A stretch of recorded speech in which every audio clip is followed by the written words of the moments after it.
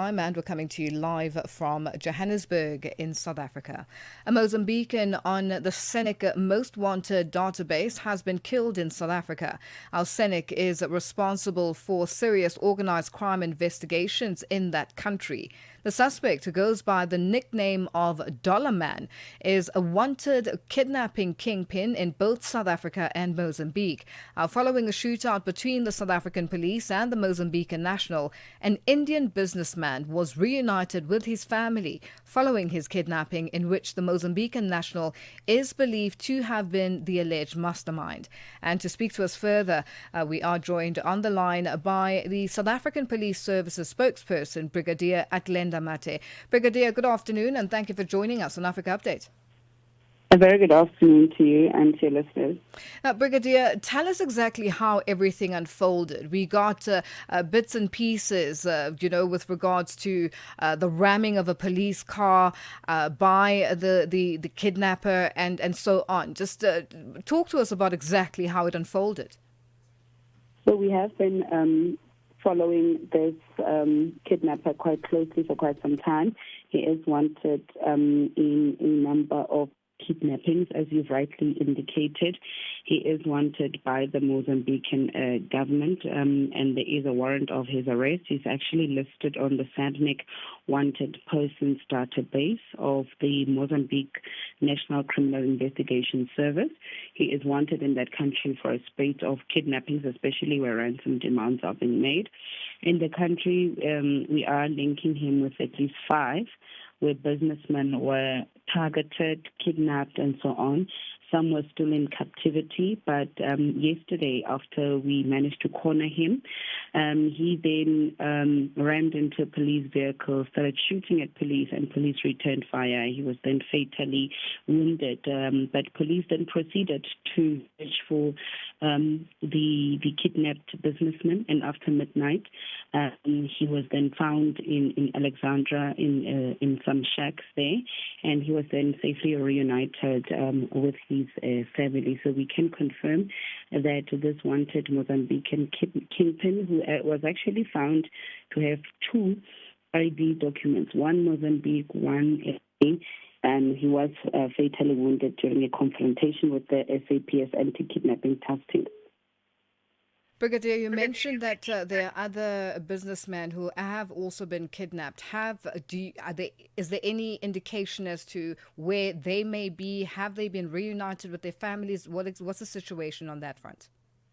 So there is a few that are still active, but we have managed to rescue some of the victims, about 3 of them. One was in Roodepoort, one was in Pretoria West, one was in Langlaagte, and then the Bononi case is the recent one where we were searching for these kidnapped businessmen. And what has been the reaction or response to this arrest and the death of this kingpin by your Mozambican counterparts? They've obviously seen reports on all news channels.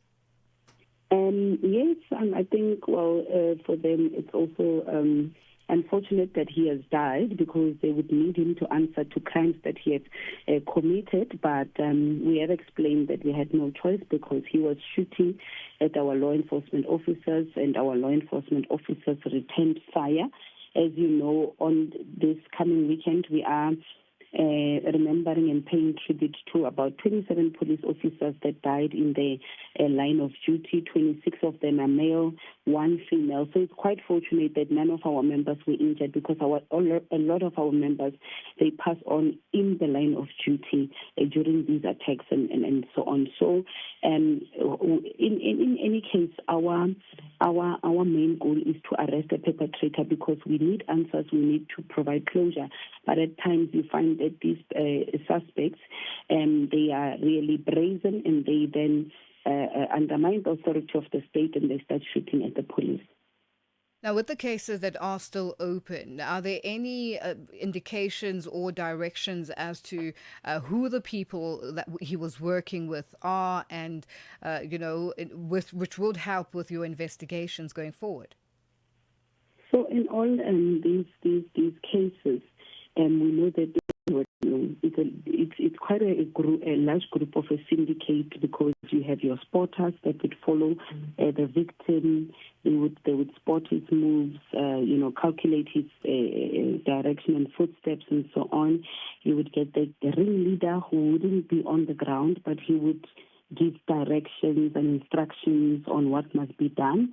Then you will have those that are in captivity, taking care of the kidnapped victim, feeding him and so on, keeping him alive so that the families can pay the ransom, so that he can be released and so on.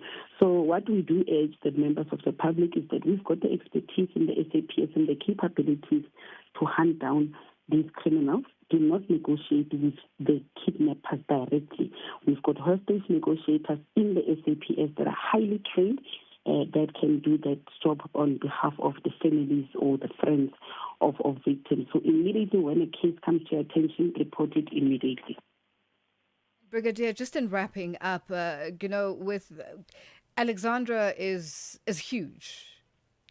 Did the neighbors even have any idea of what was happening in that particular house? I don't think so. In Gauteng, and I don't know if it happens in many other places, everyone just minds their own business, which is wrong. We need to really inculcate a culture of knowing your neighbor, know who stays around you, so that we protect each other. In such cases, you are able to then pick up suspicious-looking activities and so on. So we do encourage that know your neighbor, know your neighborhood, so that we create safer spaces for everyone, safer environment for everyone to live in. Well, Brigadier Mathe, thank you so much for joining us on Africa Update. That's South African Police Services spokesperson Brigadier Athlenda Mathe joining us on the line. Africa Update with Lulu Gaboo, 12 to 1 p.m. Central African Time.